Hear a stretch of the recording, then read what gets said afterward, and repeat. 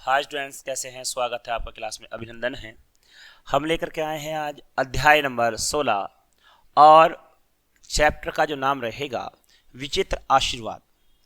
तो यहाँ पर देखिएगा, बात की जा रही है आशीर्वाद की। आशीर्वाद के बारे में आप जानते हैं, जब हम बड़ों से मिलते हैं या फिर बड़ों का आदर सत्कार करते हैं या उनकी सेवा करते हैं तो हम पाते हैं उनसे आशीर्वाद। हम उनके साथ में जैसा व्यवहार करते हैं, जैसा उनके साथ में बर्ताव करते हैं, वैसा ही हमें आशीर्वाद मिलता है। और आशीर्वाद हमेशा हमें अपने बड़ों से मिलता है।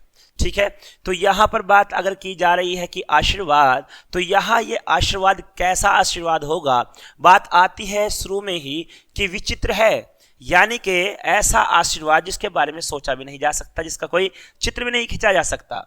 यह जो आपका पाठ है केवल पढ़ने के लिए रहेगा। इसमें आपको पढ़ना है और सीखना है और जीवन में आगे बढ़ने के लिए जानना है कि हमें किन किन बातों का ध्यान रखना चाहिए। ठीक है, बढ़ते हैं आगे की तरफ, शुरुआत करते हैं। गुरु नानक देव अपने शिष्यों सहित घूमते घूमते गांव में पहुंचे। जी हाँ, गुरु नानक देव जी जो रहे हैं वो सिख धर्म के अनुयायी रहे हैं। शुरुआत उनसे ही की गई है। उन्होंने ये नींव रखी सिख धर्म की। और वह घूमते घूमते जब एक बार अपने शिष्यों के साथ किसी गांव में पहुंचे, ये उस समय की घटना है। अब यहाँ पर बात ये आती है कि यहाँ से जब घूमते हुए जा रहे हैं तो यहाँ आशीर्वाद को किस तरह से देखा जाएगा और यहाँ पर क्या ऐसा होने वाला है कि यहाँ पर कहा जाएगा कि विचित्र आशीर्वाद। तो प्यारे बच्चों, ध्यान से इसको समझेंगे, पढ़ेंगे और सुनेंगे तो आप इसमें सीख भी पाएंगे। जी हाँ, एक बार फिर से, गुरु नानक देव अपने शिष्यों सहित घूमते घूमते गांव में पहुंचे। ग्रामवासियों ने उनका बड़ा स्वागत सत्कार किया। यानी कि स्वागत सत्कार का मतलब है उनका जाते ही उन्होंने बड़ा उनका मान सम्मान किया गया। जाते ही जो है उनको ये मानिएगा जैसे हाथों पे ले लेते हैं, मतलब पानी पिलाना, नाश्ता कराना, खाना पीना, रहना सहना, यानी कि इसके साथ साथ रहने की अच्छी व्यवस्था, खाने पीने की अच्छी व्यवस्था। और उनके बीच में जब बैठे वो, तो वहाँ से उन्होंने देखा कि सभी लोग कितने शिष्टाचारी हैं और कितने अच्छे लोग हैं। और इतने अच्छे लोग अगर मिल ही जाएं तो आप सोच सकते हैं कि आपको कितना अच्छा लग रहा होगा। तो वैसा ही यहाँ पर गुरु नानक जी को भी लगा।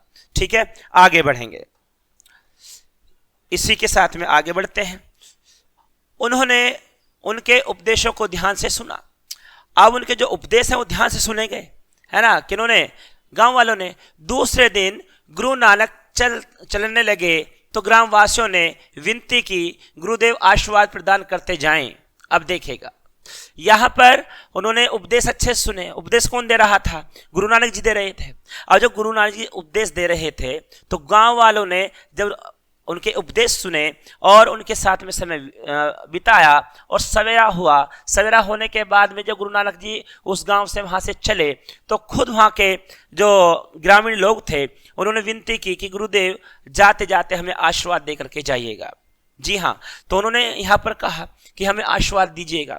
ठीक है, इसी के साथ आगे बढ़ेंगे। अब वो कैसा आशीर्वाद देने वाले हैं यहाँ पर, ये लीजिएगा। गुरु नानक जी बोले, उजड़ जाओ। लीजिएगा, उन्होंने कहा कि गुरुदेव हमें आशीर्वाद दीजिएगा या जाते जाते आशीर्वाद दे करके जाइएगा। अब यहां पर गुरुदेव कहते हैं उजड़ जाओ, अर्थात बिखर जाओ। यहां आपके साथ में ऐसा हो कि आप जो है ना, यहां रहे ही ना, कोई भी इस गांव में कोई ना रहे, सब दूर दूर बिखर जाओ, उजड़ जाओ, दूर दूर चले जाओ, कोई एक साथ नहीं रहना चाहिए। शिष्यों ने सुना तो दंग रह गए। अब जो साथ में उनके शिष्य चल रहे थे वो इस बात को सुनकर के दंग रह गए कि यार ये हुआ क्या। गुरुजी और हमारा जो इन्होंने इतना आदर सत्कार किया है, इतना प्रेम भाव से इन्होंने हमें मान सम्मान दिया है और रहने की व्यवस्था की, खाने पिलाने के सारे काम इन्होंने अच्छे किए, फिर भी गुरुदेव ऐसा क्यों कह रहे हैं कि उजड़ जाओ, जबकि ये तो ऐसे हुआ जैसे कितना बुरा आशीर्वाद हुआ हो, है ना। तो यहाँ शिष्य भी इस बात को सुन करके भौचक के रह गए, पर बोले कुछ नहीं। उन्होंने बोलना नहीं चाहा, बस उन्होंने सुन लिया कि ये ऐसे कैसे हो गया, ऐसे कैसे कह दिया। ठीक है, आगे बढ़ते हुए कूट वचन तो कहे, उनके शिष्यों से लड़ने झगड़ने पर भी उतारू हो गए। और जैसे ही उन्होंने इन कूट वचनों को कहा तो उनके शिष्य से जो है वहाँ के लोग, ग्रामीण जो लोग हैं, वो लड़ने मरने के लिए तैयार हो गए कि यार हमने आपके साथ में इतना अच्छा व्यवहार किया और आप जो हैं क्या कह रहे हैं कि उजड़ जाओ। तो यहाँ पर झगड़ा होने वाली बातें बन करके आ गई। आगे बढ़ते हैं। शाम होते होते वे दूसरे गांव जा पहुंचे। अब देखिएगा, गुरु नानक जी साथ में थे, साथ उनके शिष्य चल रहे थे। एक गांव में तो उन्होंने आशीर्वाद दे दिया था जैसा दिया था। अभी बातें आपको समझ नहीं आ रही होगी कि ऐसा आशीर्वाद क्यों दिया गया है। ठीक है, अब दूसरे गांव में पहुंच जाते हैं। शाम होते होते दूसरे गांव जा पहुंचे। इस गांव में अधिकतर लोग उद्दंड स्वभाव के थे। उद्दंड मतलब होता है जो बड़े शरारती लोग होते हैं, है ना, जो सही से बात ही नहीं करते, हमेशा उल्टी सीधी बातें करते रहते हैं, है ना, कभी काम कोई सही नहीं करना, परेशान करना एक दूसरे को, गाली गलौज करना, इस तरह के वहाँ पर मानसिकता थी लोगों की। बिल्कुल बेकार निठल्ले वहाँ पर लोग थे, तो उन्हें कहा गया, यहाँ पर उद्दंड कहा गया। ठीक है, उन्होंने गुरु नानक देव का बहुत तिरस्कार किया। अब उद्दंड है तो उल्टी बात तो करेंगे ही करेंगे। तिरस्कार मतलब उनकी जो है उनका मान सम्मान नहीं किया, उनकी अच्छी खासी जितना उनसे हो सकता था बेइज्जती की गई। ठीक है, तो वहां पर उनका तिरस्कार किया गया। गुरु नानक ने रात्रि विश्राम वहीं किया। सुबह जब चलने लगे तो हंसते हुए बोले, सभी यहीं आबाद रहो। अब लीजिएगा, एक तरफ कह करके आए हैं कि आप उजड़ जाओ उन लोगों को जो लोग बहुत अच्छे थे, बहुत ही अच्छे लोग थे, जो उनको कह दिया कि तुम लोग उजड़ जाओ। लेकिन जो उद्दंड हैं, जो बेकार हैं, निठल्ले हैं, आवारा हैं, जिनके पास में शिष्टाचार नाम की कोई बात ही नहीं है, जो बड़ों का आदर सत्कार करना नहीं जानते, उनको कहते हैं कि तुम यहीं पर रहो और आबाद रहो। अब इस बात को सुन करके शिष्यों के मन में सवाल उठता है कि ये कैसा आशीर्वाद है, जब जिन्होंने इतनी अच्छे से सेवा पानी की, जिन्होंने इतना अच्छा मान सम्मान दिया, इतना आदर सत्कार किया, उनको तो गुरुदेव आपने ये बोल दिया कि उजड़ जाओ। और जो आपको इस तरह से परेशान कर रहे थे, आपका तिरस्कार कर रहे थे, आप उनको कहते हैं कि आप यहीं रहो और आबाद रहो। तो ठीक है, आगे बढ़ते हैं। शिष्यों ने सुना तो आश्चर्यचकित रह गए, एक शिष्य से रहा नहीं गया। अब इस बात को सुन करके जो शिष्य हैं उन पर रहा नहीं गया। पहले गांव में गए थे, जब उन्होंने वहां पर कहा उजड़ जाओ, वो शिष्य वहां पर बोले नहीं कि गुरुदेव आपने ऐसा क्यों बोल दिया। वो शांत हो गए, उन्होंने कुछ नहीं कहा। इसके बाद में वह जब दूसरे गांव में गए तो वहां जाकर के उन्होंने देखा कि वहां के लोग बेकार हैं। ठीक है, लेकिन फिर भी उन्हें अच्छा आशीर्वाद दिया जा रहा है। अच्छा कैसा दिया जा रहा है? ऐसा कि वो कभी गांव से बाहर ना जाएं और आबाद उसी गांव में रहें। ठीक है, अब यह सवाल उठता है उनके जहन में कि ऐसा हुआ क्या है।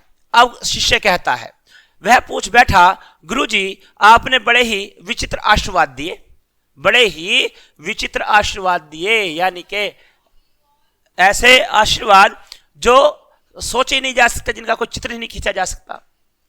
स्वागत करने वाले को आपने उजड़ जाने का आशीर्वाद दिया। अब देखेगा गुरुदेव आपने जो है, जो लोग अच्छा व्यवहार कर रहे थे, जो लोग अच्छे थे, आपने उन्हें उजड़ जाने का आशीर्वाद दिया, और जो आपके साथ में तिरस्कार करने वाले का जो व्यवहार था उसको आप आबाद रहने का आशीर्वाद दे रहे हैं। तो बात समझ में नहीं आती है। आगे बढ़ते हैं। स्वागत करने वाले को आपने उजड़ जाने का आशीर्वाद दिया और तिरस्कार करने वाले को आबाद रहने का, इसका क्या रहस्य है? अब ये बताइएगा, दोनों के पीछे ऐसा क्या रहस्य है कि आपने ऐसा क्यों कहा? ठीक है, इसी के साथ गुरु नानक जी बोलते हैं। गुरु नानक देव मुस्कुराते हुए बोले, सज्जन उजड़ेंगे तो वह जहां भी जाएंगे अपनी सज्जनता के बल पर उत्तम वातावरण बनाएंगे। देखेगा, उन्होंने कहा कि अच्छे लोग थे उस गांव में, अगर वे उजड़ते हैं, सब अलग अलग जाते हैं, जहां जहां वो जाएंगे वहां जाकर के वो अच्छे लोग मतलब वो लोगों से मिलेंगे और अपनी सज्जनता, अपना शिष्टाचार, अपना व्यवहार, अपनी वाणी का प्रसार वो जाकर के वहां करेंगे। जैसे वो होंगे ऐसे ही वहां के लोग हो जाएंगे। तो जहां जहां ये जाएंगे ये अच्छे काम करेंगे और वहां का वातावरण अच्छा हो जाएगा। और अगर जो ये तिरस्कार करने वाले लोग थे, अगर ये अपना गांव छोड़कर कहीं और जाकर के खड़े हो गए तो ये वहां के लोगों को भी परेशान करेंगे और उनके अंदर भी गंदी आदतें डाल देंगे। ठीक है, आगे बढ़ते हैं।